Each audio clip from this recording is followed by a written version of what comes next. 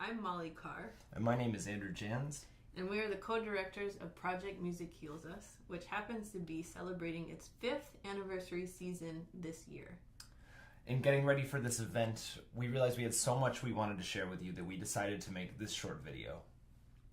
So, PMHU's founding was inspired by a very special woman named Ruth. She was a late-stage Alzheimer's patient whom I fell in love with after having the chance to care for her during a nursing aid course through the American Red Cross. The idea of this series came from the desire to bring a little joy and light into Ruth's life by bringing the best musicians I knew to play at her bedside.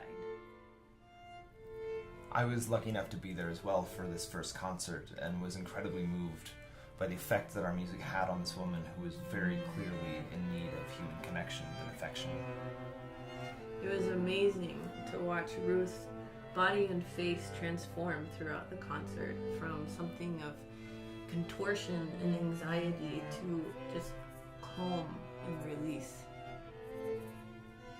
After that first concert, we set up an entire season of concerts, which included a mixture of public performances surrounded by several what we called healing concerts, the heart of our programming, in nursing homes, hospitals, hospices, homeless shelters, and food pantries.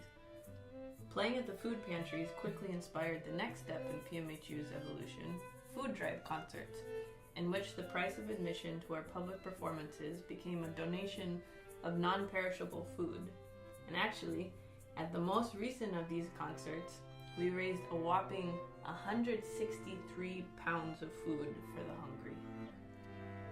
In PMHU's second season, we added young artist mentorships to provide young musicians with the opportunity to share their talents and grow as artists through performing for new and very supportive audiences, not only in our public concerts, but also together with us in our healing concerts.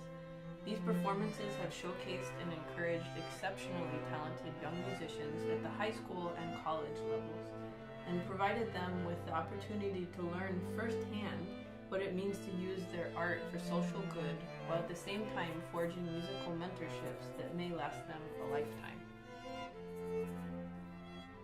In our third season, we had the opportunity to give a healing concert for the first time in a correctional facility at the Radgowski Correctional Institution.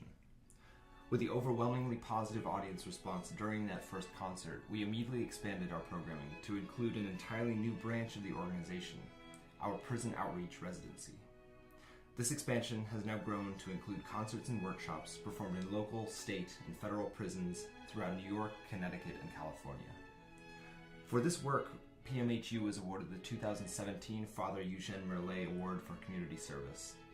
And this past year, the Prison Outreach Residency has expanded from single-day to week-long workshops, with PMHU musicians collaborating with renowned teaching artists Daniel Levy and Brad Balliot to present educational and creative workshops through which participants are able to compose their own musical pieces while learning about Beethoven, his life, adversities, and steadfast belief in choosing hope and joy over despair. The responses from both the inmate participants as well as the corrections staff have been extraordinary and reinforced to all involved the power of music to bridge the divide between people of different cultures and circumstances. The creative output has also been nothing short of extraordinary, and in fact, all of the music you've been hearing in this soundtrack was composed by inmates from these residencies. Beethoven's life and music actually have served to be a very deep well of inspiration for a lot of our programming. This year, we were approached by Vista Life Innovations, an organization that supports people with disabilities throughout the various stages of life, and asked to put together a program that would serve to bring together members of the community with the participants under their care. And so we designed a program that we lovingly called Portraits of Beethoven, in which we teamed up with a local artist to present a series of paint night performances where we used music and storytelling to share Beethoven's life story as someone both blessed with and tormented by genius and disability, while the participants were guided step by step on how to paint images from Beethoven's life. And finally, this last season has expanded beyond the US for the first time through our Novel Voices Refugee Aid project.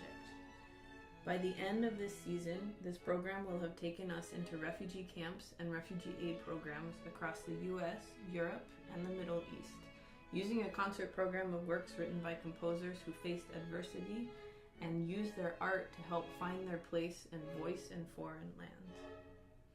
During these visits, our team of 3 musicians and 2 filmmakers will listen to, learn from, document, and record the stories of our refugee audience members. We will then use these conversations and encounters as the basis for an original musical composition, giving the project's refugee participants and their stories a sort of novel musical voice. The team will record and release an album featuring this original composition, and the filmmakers will create a documentary focusing on the project. To close out, the team will premiere the composition and a preview of the film and a final concert in Carnegie Hall in October 2019. So you could see what started as a single concert at Ruth's bedside has now inspired over 200 free concerts and workshops around the world. But there still is an overwhelming need for the creative inspiration and human connection and sense of community that the arts can provide. And so, with your support, we really hope that 200 is just the beginning.